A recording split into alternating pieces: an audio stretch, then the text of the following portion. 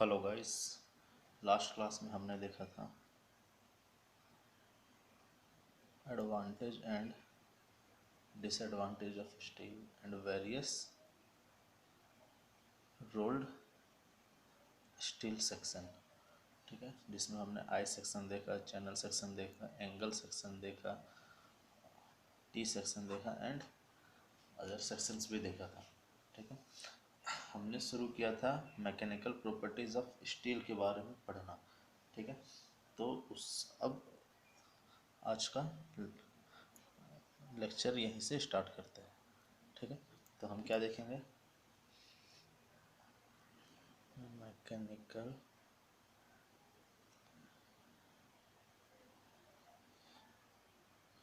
Properties of structural steel. ठीक है, अब हम लोग यहाँ पर कुछ इसका मैकेनिकल प्रॉपर्टी देखें। तो लास्ट टाइम हमने देखा था यील्ड स्ट्रेस, ठीक है, जिसका वैल्यू किस रेंज से किस रेंज के बीच होगा? तो 220 to 540 न्यूटन पर mm²। ठीक है, ठीक है, और ये जनरल कुछ वैल्यूज़ है जो हम कंसिडर करेंगे। जैसे अल्टीमेट टेंसाइल स्ट्रेंथ कितना लेंगे? 1.2 इंटू FY। जो परसेंटेज इलोंगेशन होगा फॉर लो कार्बन स्टील वो कितना होगा? 20। मॉडुलस ऑफ इलास्टिसिटी का value 2 into 10⁵। shear modulus 0.4 into E is modulus of elasticity. Poisson's ratio for elastic range it is 0.3 and for plastic range it is 0.5. Mention in comment box what is Poisson ratio. Okay, so these are the some standards value. अब आगे और भी कुछ mechanical properties है जिनमें structural steel के property बहुत हद तक रिलाई करते हैं। ठीक है, जैसे ultimate strength, yield stress, ductility. ठीक है, ये मेजर 3 क्राइटेरिया है जिस पे स्टील का स्ट्रेंथ डिपेंड करेगा। ठीक है, और भी कुछ क्राइटेरिया है। ये किस अंदर? ये प्रॉपर्टीज ऑफ स्ट्रक्चरल स्टील। ठीक है, और भी कुछ क्राइटेरिया है जैसे वेल्डबिलिटी, टफनेस,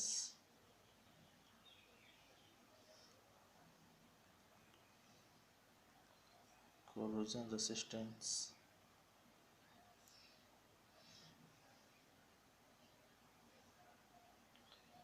मशीनबिलिटी। ठीक है, ये जो प्रॉपर्टी है ये भी बहुत इम्पोर्टेंट है फॉर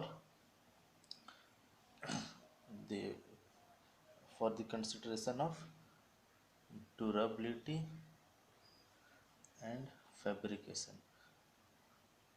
ठीक है, अगर हम ड्यूरेबिलिटी और फैब्रिकेशन को एक फैक्टर मानते हैं तो ये जो चारों प्रॉपर्टीज़ हैं ये बहुत इम्पोर्टेंट है।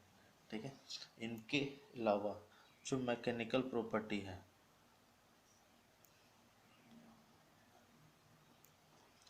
वो प्राइमरली किसके ऊपर डिपेंड करते हैं? तो ये भी कुछ फैक्टर है जैसे स्टील का केमिकल कंपोजिशन,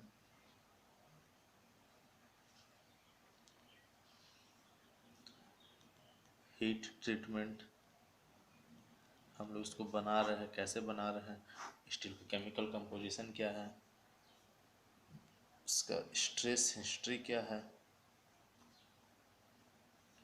ठीक है, what type of rolling method we used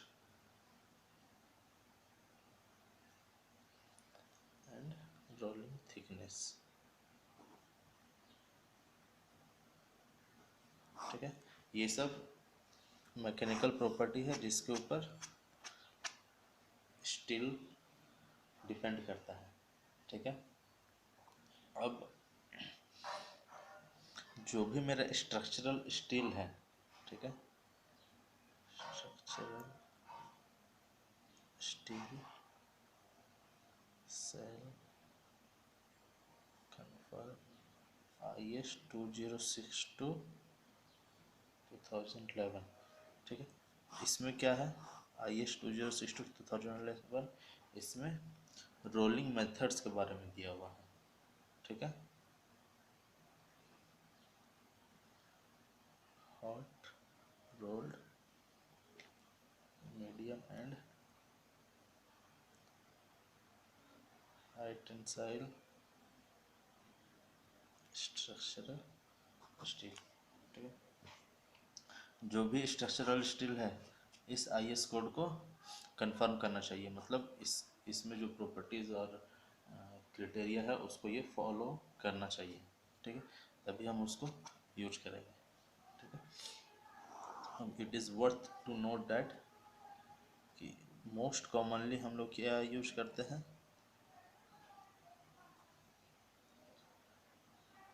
used grade is Fe410, Fe410 को हम सबसे ज़्यादा यूज करते हैं, ठीक है।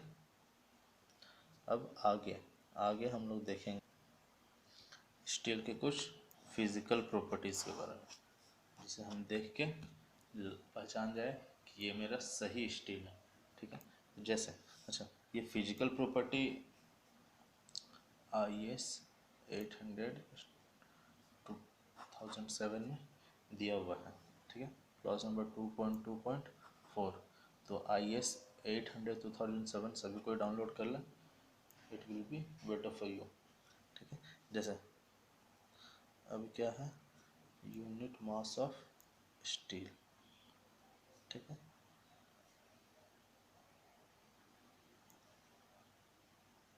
कितना होता है 7850 kg/m³। ऐसा ही modulus of elasticity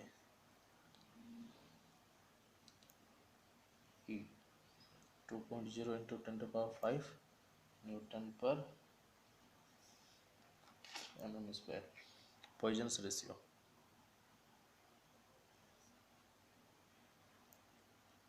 mu 0.3, modulus of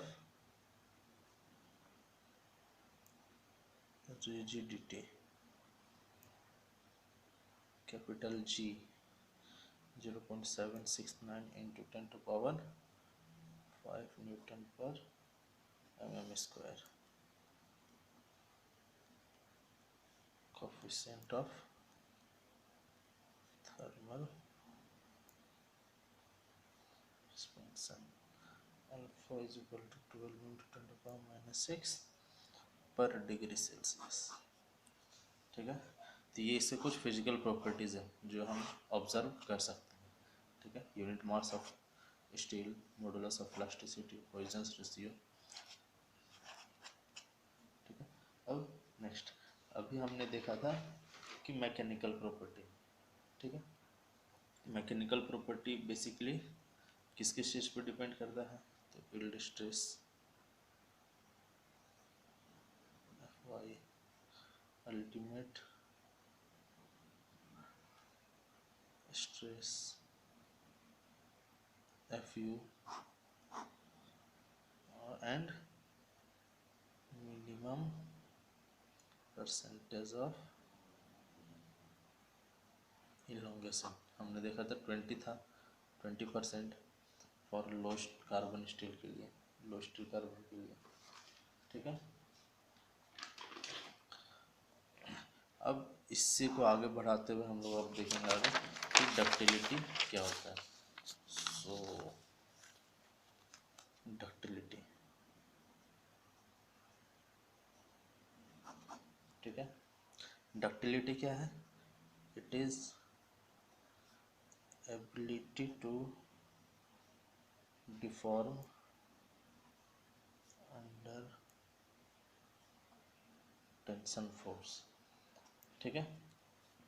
ये क्या है, डक्टिलिटी क्या है कि ये ability to deform under tension force. अब अगर हम इसको, जब कोई भी टेंसाइल फोर्स लग रहा है तो ये कितना डिफॉर्म कर पा रहा है, यही मेरा है डक्टिलिटी। ठीक है, जैसे स्ट्रेस स्ट्रेन कर्व का बात करते हैं हम लोग, तो स्टील के लिए कुछ ऐसा होता है। तो ये जो पोर्शन है, ये पोर्शन मेरा क्या दिखाता है, ये कहलाता है डक्टाइल पोर्शन। ठीक है, मतलब कि अगर स्ट्रेस लगा, ठीक है, ये डिफॉर्म कर गया, लेकिन जैसे स्ट्रेस हटेगा ये फिर वापस इस पॉइंट पे आ जाना है। ठीक है, तो उसको हम लोग डक्टिलिटी कहेंगे। अब मटेरियल डक्टाइल क्यों होना चाहिए? मटेरियल जितना डक्टाइल होगा उतना वो सिस्मिक लोड को कैरी कर सकता है। ठीक है, but within some range. ठीक है, अगर मटेरियल बहुत ज़्यादा डक्टाइल हुआ तो ये डिफॉर्म कर जाएगा, it will that will give bad appearance. ठीक है, तो ये सिस्मिक डक्ट, तो क्या होगा, ductile material have more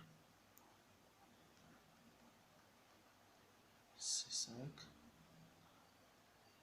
load carrying capacity than brittle one। ठीक है, अगर ब्रिटल मटेरियल में सिस्मिक लोड लगेगा तो ये क्या होगा, फेल कर जाएगा। ठीक है, लेकिन डक्टाइल मटेरियल इसको रेसिस्ट कर लेगा। ठीक है, अब इसी तरह डक्टिलिटी के बाद है हार्डनेस। ठीक है, अब जो हार्डनेस है, ये मटेरियल का हम लोग कैसे चेक करते हैं, इसके लिए 3 टेस्ट हैं। क्या क्या है, रॉकवेल हार्डनेस टेस्ट, ठीक है,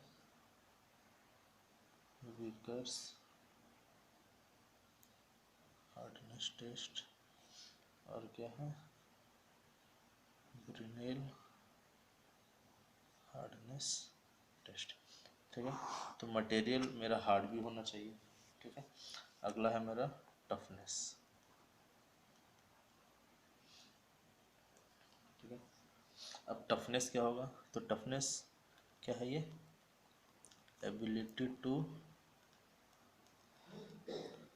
एब्जॉर्ब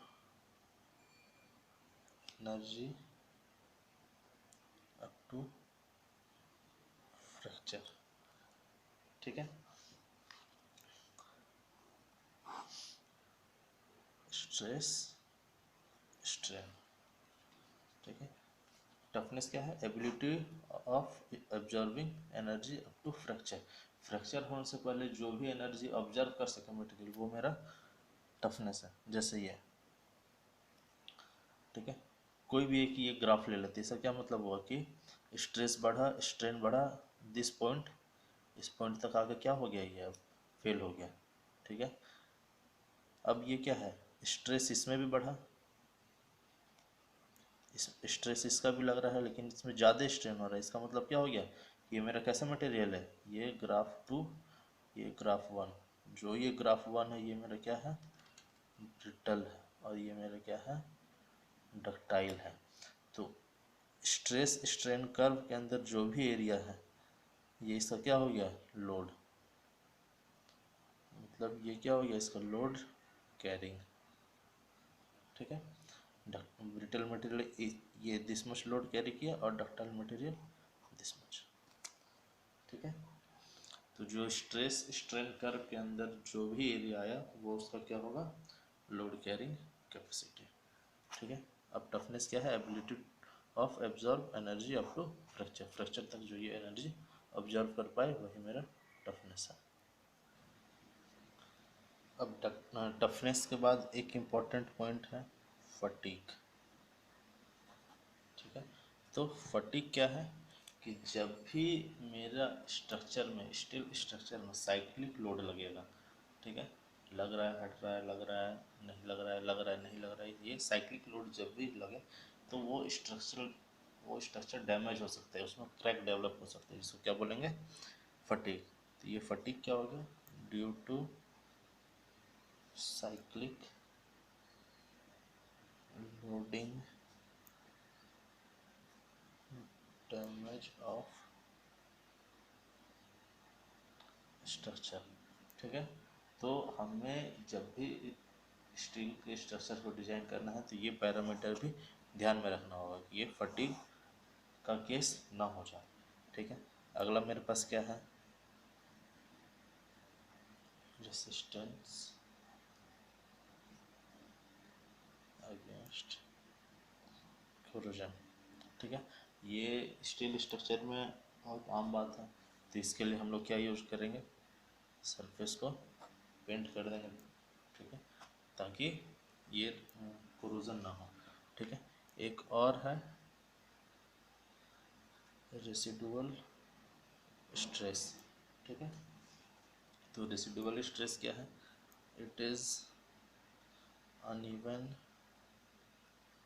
हिटिंग एंड कूलिंग। ये किस कारण से हो सकता है?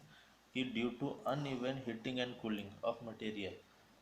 ठीक है, जब ये बन रहा हो तब उसके कारण रेसिडुअल स्ट्रेस हो सकता है। होता क्या है कि जैसे कोई एक पार्ट है, ठीक है, एक ये प्लेट है स्टील का। अब क्या है, इसमें जो भी इसका स्ट्रेंथ है वो यूनिफॉर्म ना होकर किसी एक जगह पे कंसंट्रेट हो जाता है, तो इसको हम क्या बोलेंगे? Residual stress. ठीक है, जैसे कोई एक मान लेते हैं ये टी सेक्शन है। ठीक है, अब क्या है, ये कहाँ से फेल होना चाहेगा? इस पॉइंट से। ठीक है, तो इस पॉइंट पे ये कमज़ोर होगा, तो हमको क्या करना होगा कि इस पॉइंट पे स्ट्रेंथ मेरे को देना होगा या फिर कुछ मेज़र लेना होगा। ठीक है, तो इसको हम लोग बोलेंगे रेसिडुअल स्ट्रेस। ये किसके चीज़ पे डिपेंड करता है कि मटेरियल बन कैसे रहा है, ये किस चीज़ पे डिपेंड करता है। ठीक है, स्ट्रेस कंसर्न ये बेसिकली किस चीज़ पे है? तो स्ट्रेस कंसंट्रेशन ना हो। ठीक है, ये स्ट्रेस कंसंट्रेशन क्या है कि किसी इस बॉडी के किसी एक पार्ट पे क्या हो रहा है कि यहाँ पर स्ट्रेस लोकलाइज हो जा रहा है। ठीक है, जैसे बीम सेक्शन है। ठीक है, इस पॉइंट पे स्ट्रेस आकर लोकलाइज हो गया है यहाँ पर, तो इसको क्या बोलेंगे? ये यूनिफॉर्म नहीं हो रहा है, यहाँ पर क्या हो रहा है? यूनिफॉर्म नहीं बट रहा है, आके यहाँ पर रुक गया, यहाँ पर ज़्यादा लग रहा है, तो इसको हम लोग बोलेंगे स्ट्रेस कंसंट्रेशन। ठीक है, तब आज हमने देखा कि जब भी हम लोग स्ट्रक्चर स्टील को डिज़ाइन करेंगे तो कुछ कुछ एस्पेक्ट्स है जिसे हम लोग को ध्यान में रखना है। ठीक है, क्या क्या है वो? तो डक्टिलिटी, ठीक है, टफनेस, ठीक है, हार्डनेस,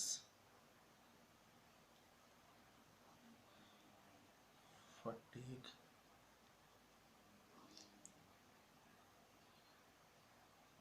रेसिस्टेंस अगेंस्ट कोरोजन और रेसिडुअल स्ट्रेस। ठीक है, अब आगे हम लोग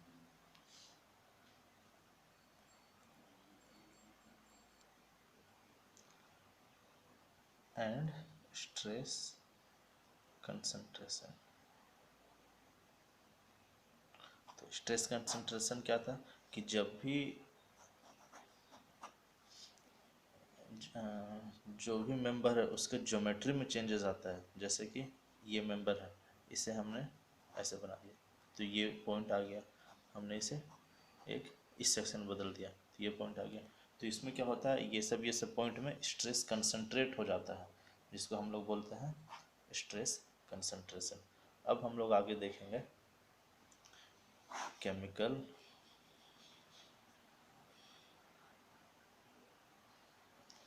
प्रॉपर्टीज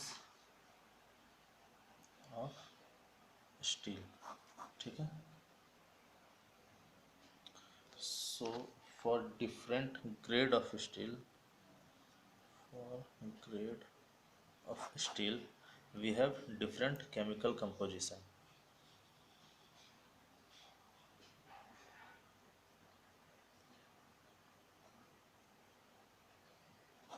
अलग अलग ग्रेड के लिए अलग अलग केमिकल कंपोजिशन होता है, ठीक है, अकॉर्डिंग टू IS 20621992, ठीक है, एंड IS 8500, ठीक है।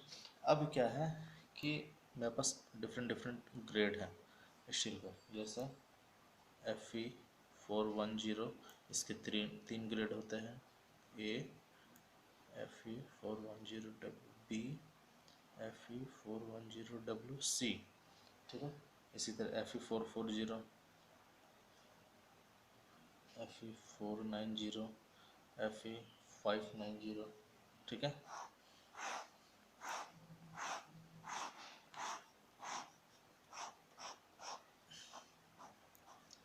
जो मेरा स्टील मिल के बना होता है वो इसमें कार्बन परसेंटेज रहता है, मैग्नीज कुछ रहता है, कुछ,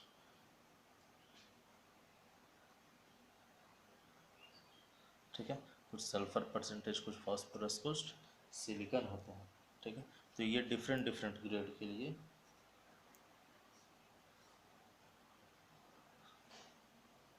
अच्छा। और एक हम वो निकालते हैं कार्बन इक्विवेलेंट, ठीक है। तो इसके लिए कुछ अलग होगा, इसके लिए अलग होगा। 410 के लिए कार्बन कुछ अलग परसेंटेज होगा, ठीक है। 410 WB के लिए कुछ अलग होगा। तो ये इसमें सारा डिटेल ये टेबल में मिल जाएगा, ठीक है। तो ये सब देख लेंगे सब डाउनलोड करके, ठीक है। अब यहाँ पर एक टर्म आएगा कार्बन इक्विवेलेंट। तो कार्बन इक्विवेलेंट क्या है,